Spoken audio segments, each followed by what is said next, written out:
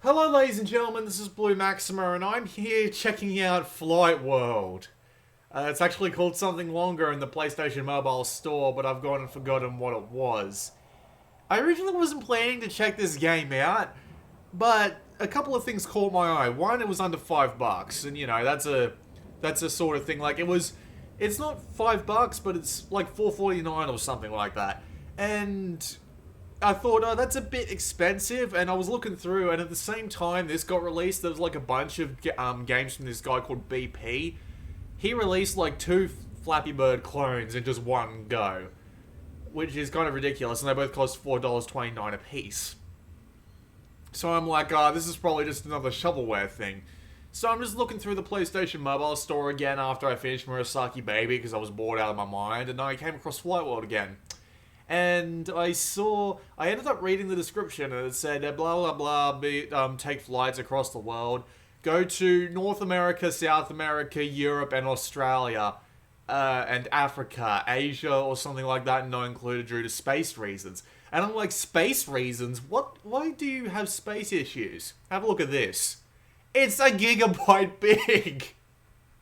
It's a full gigabyte! What the hell? I do not even know why this game is a... Well, actually, I do know why this game is a gigabyte. We might as well go and find out now.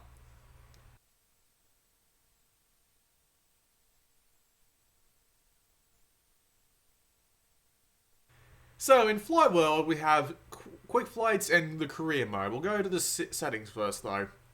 The settings allow you to turn down things like texture quality and terrain quality, and you can change the controls from motion to joystick. You can also change the audio settings to actually have the ATC spoken language be a different language. That's even more amazing, but we'll get to that. So, we'll go to career mode first. So, career mode is so we have this world map here, and we've also got a real-time clock in the top left, and we've also got money in the top left. We can buy aircraft, so let's just say I want to buy an A321 Airbus, that's a $60,000 plane. I can buy a Fokker 28, which is a $32,000 plane. Airbus 380, which is $300,000, blah, blah, blah, blah, blah. We've also got this flight over here, the Scandinavian 1210, waiting at the Paris Le Bourget airport. So we can actually create a flight for this plane, and we can turn on off free drinks, free food, and toilets are self-cleaning, but we'll get to that. We can select our destination.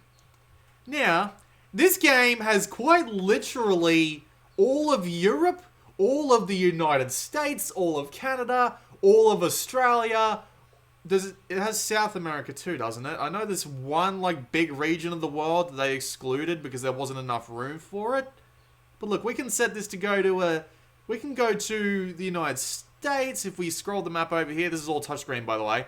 We can even go to the east coast of Australia, which is around where I live. Tamworth is actually fairly close to me. So if we just... Oh, well, we can't tap Tamworth because we don't have enough time, unfortunately. But we can also search, so we can just search by country. So let's say we want to go to... Let's just say Germany. If I can type properly. There we go. If we search by country Germany, we can select a German airport. Let's say we want to go to Hamburg. So now this flight is going to cost us some stuff. So as we can see here, we can actually turn off free drinks, free food, and self-cleaning toilets to save on the flight. And actually we will do that because... because we should. It's actually a good way to demonstrate the mechanics of the game. So this one's going to cost us $26,000, but we're selling around 40,000 tickets, so we're going to get some profit out of it. So let's just hit confirm, and we're going to be put on ready for takeoff, and we're actually going to take off.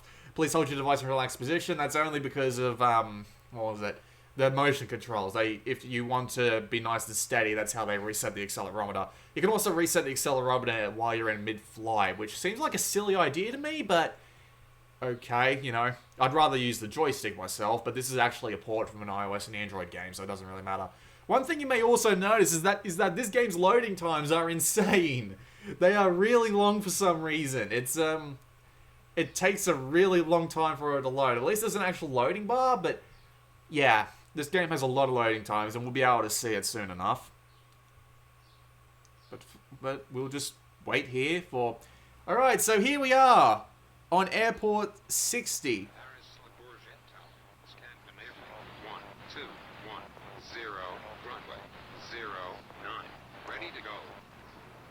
Scandinavian 121 0. Cleared for takeoff runway 09. We've been cleared for takeoff, so we can drag up the air velocity on the left side and we will slowly start gaining speed. And once we've gotten up enough speed, the controls are inverted on this, by the way, and you can't change them, that's annoying. We can lift off. This is a full-on, like... Well, it's not really a flight simulator, but it's a sort of just somewhat simulator flight game. And it's just, I'm lost for words. This fits in a goddamn 1 gigabyte game. I'll just tell them they can take off their seatbelts. This is insane! I think this is great! Look at it! It's a flight simulator. It's got text to speech and it's got all of Europe and the United States and we're even given flight directions over text to speech, and that can be in multiple languages. And we can even have a look around, like if we'll just climb up to 14,000 feet first.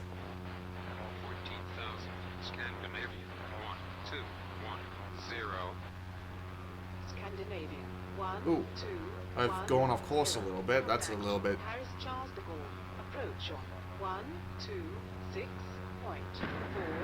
Probably climbed a bit too fast there. We'll turn on the autopilot, and it'll roughly hold our position, and we can even take a look around. We can look back at Paris. Like, it's obviously not the Paris we know, because, you know, it's got no Eiffel Tower or anything, but I mean... How cool is this? Hi. This is the flight. This is like just a little bit of the game to keep you entertained for a little bit. If you have to go into this and you have to attend to the needs of your customers. So you tap an issue, like I tap the toilets back there, and I can send a attendant or something to clean it up. And if anybody asks for anything particular, I can just tap on their request and then tap on someone else, and they'll get help. So, and we have to send specific guys to do specific things. So it's a little bit of a mini game, and you can get things like extra money out of doing this as well. See, I just got 800 credits for that.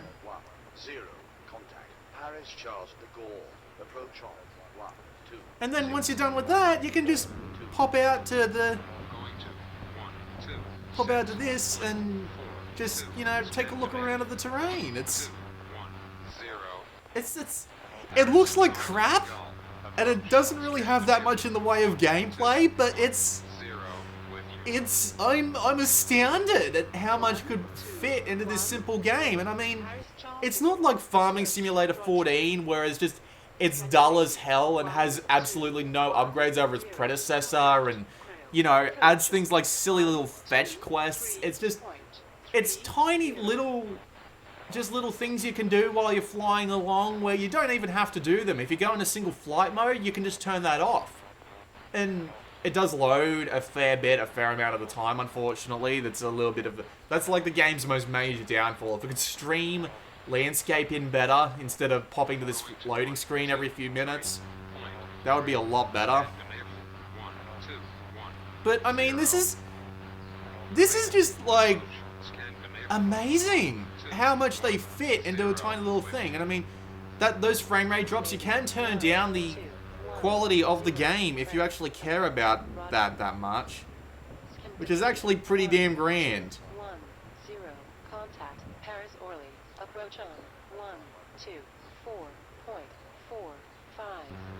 And just having the text-to-speech in the background there, that's nuts. I'm being constantly impressed with this game. it looks like crap, and there's not really that much to do outside of just flying between airports and managing your crew and all that. 10, Paris order. Approach. Roger. Most of the actual gameplay comes from the career mode. So like if we tap back here, it'll take us back to the world map. And we can actually watch this flight as it goes. Ever so slowly towards Germany. I have no idea how long it's going to take to get there, but we'll just have to wait and see. And we can actually just pop in when it's about to land. But it's... And you can buy multiple planes and send them all around, and you can have them all earning money and doing different flights, and you can even... And see that, look, there's little storm clouds there? That's turbulence. So if you run into the turbulence, your passengers actually get a little bit upset and you might actually lose money for it. I am consistently astounded with this game. There's all sorts of, there's like weather types, and you can even, it says you can do like satellite mapping, like based on data you download off the internet, but it doesn't work that well. At least I don't think it does. I've tried it and it just doesn't seem to work properly. I'm not really sure what the deal is with that, but I mean, I'm so impressed with this. I mean, like, I wish there was a way to tell where the flight was going. So, like, if I wanted to pop in for the last 5 or 10 minutes of a flight, I could do that. But, alright, you know, let's just pop in and see. Let's just pop in and see how long this flight has to go. Plane's going over. How coincidental. No, that's not irony. And these loading times really do put a damper on the whole thing. I really wish it was a bit faster. Imagine if this guy was able to put like a fully fledged version of this game on the Vita with like better texture quality and more stuff to do. That would be fantastic, wouldn't it? I mean, I will admit I do get bored out of my bloody skull playing this game. But, I mean, just as a little bit of a toy, with an impressive, just, like, I mean, just look at it. It's a flight simulator on the Vita. With crew management, and servitude, and a career mode. We've got about 420Ks left, so let's just back out and wait for the... Oh, dear. Let's just back out and wait for the plane to get to the German airport at Hamburg. But I'm just consistently amazed at some of the stuff people do on Vita. And this little full-blown career flight simulator thing, and I wish I could scroll the world map here. It's a shame I can't, but I mean... I think the game is anywhere between passable and dreadful, depending on what you like in your games, but... I mean, A++ for effort. God damn, you got every airport in the United States and Europe in... Oh, man. It's just... I mean, and they obviously look nothing like her, but it still doesn't take away the pure geekery of doing a full flight from, you know, the United Kingdom to Australia, or from United States all the way to Paris, or I don't know, does this game have Russia in it? I have no idea. You know what, let's buy an aircraft and just, while that's going on, we'll just buy an aircraft and see what it does have. We'll just buy a Fokker 28. And it even keeps the flight number, so you could call this like flight number 69 KLM, and it will say KLM 69. It's nuts. I love it. So what does this have? Well, I know it has Australia, United States. We'll just say we'll just say the US and see if it just. Maybe it has to be United States.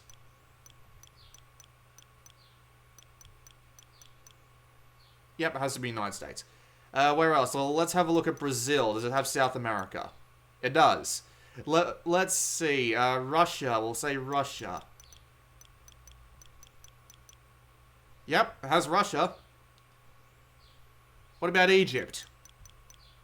Yep, has Egypt. What about,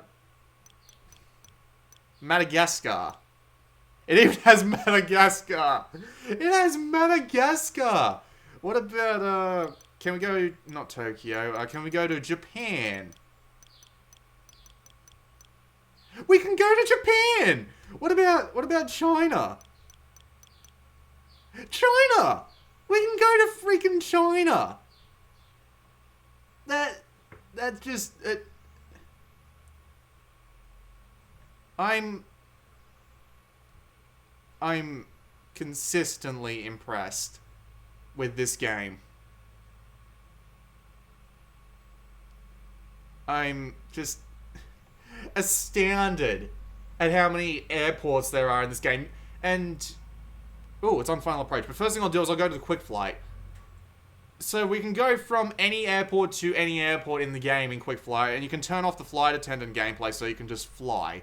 You can use any of the aircraft you please. Unfortunately, they're not very varied, but if this guy keeps updating it with new planes, he's doing it on iOS and Android as well with new planes for free. There might be new planes. And we can even use time of day and weather conditions, or we can even rely on the internet. So we can use the internet to look up like what weather it is in the position that we're currently at. And it'll be that weather when we go to that area. That's just nuts. We'll go back to our career mode and we'll go into our plane and we'll land this plane and I'll call it an end of the video. But I'm just, again, A++ for effort. It's insane. It's a very thin on the ground game and it doesn't look that great. And some people might think it's a bit just, you know, iffy, but it doesn't even cost $5. Like, even on Android, it costs like $5.09, and that's the Australian price. It costs like $4.50 in the United States on Android. So, $5 on PlayStation Mobile is... Oh, well, we can adjust. We can adjust the. We can adjust the autopilot using the touchscreen.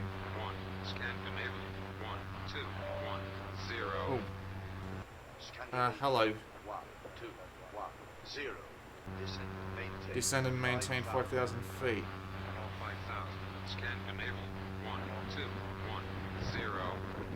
We'll just wait until we get clearance. How cool of a thing is that? We wait to get clearance on our landing. Turn right heading 179. Turn right heading 179.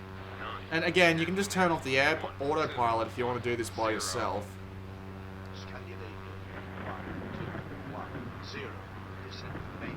So I'll just do it myself so there's a little bit of interactivity here.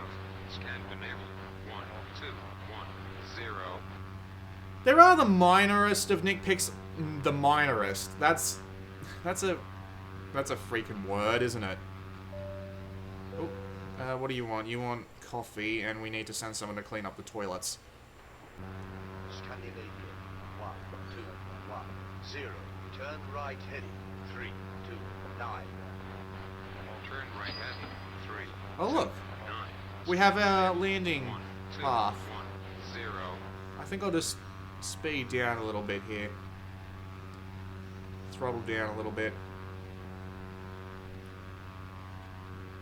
I mean, see, look, we're flying over Hamburg, Germany.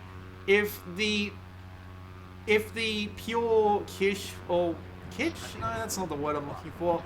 But if the factor of flying over Hamburg and landing your plane in Hamburg doesn't appeal to you, you probably don't want this game. You can turn these off, by the way. You can turn these landing boxes off, so you can turn everything off. You can even turn off the I think you can turn off the city names. I don't really remember. I don't remember something I did 20 minutes ago. That's about average for me. We're cleared to land on runway 33.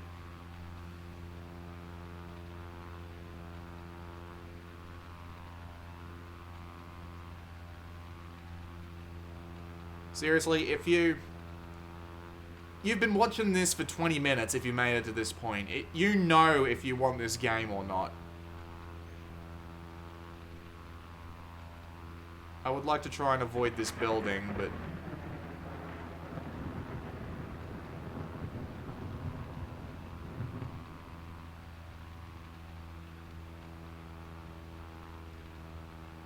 better put the gears down. This is going to be a little rough. Our gears are down though. And we land with a little bit of a bump. But we made it to Hamburg, Germany. And we got a ton of money for it. And we can buy more aircraft and send them around and get more money. There's no real end goal. But that's not really a terrible thing. It's a toy. It is one of the most expensive toys I've ever played with, but at the same time, it is extremely impressive. It looks like crap, it sounds like crap, but it has full text-to-speech, it has several countries to go to, like very, very many. It covers like half the planet. It has a ton of different airports, has a fair few options, a fair few planes, and the career mode might be an interesting way to stay distracted for a few hours. If you need something to just, nice and simple, doesn't really need you to do that much. You know if you want this game or not. I'm impressed. I'm more than happy I gave this guy like $5, and I'm more than happy to try and advertise this game a little bit more for him. If you want this game if you've gone to this point. But I'm consistently impressed with it. Really, really good stuff. Even if it's a little bit thin on the ground. Well, that's it for me. This has been Blue Maxima, and I'll see you all next time.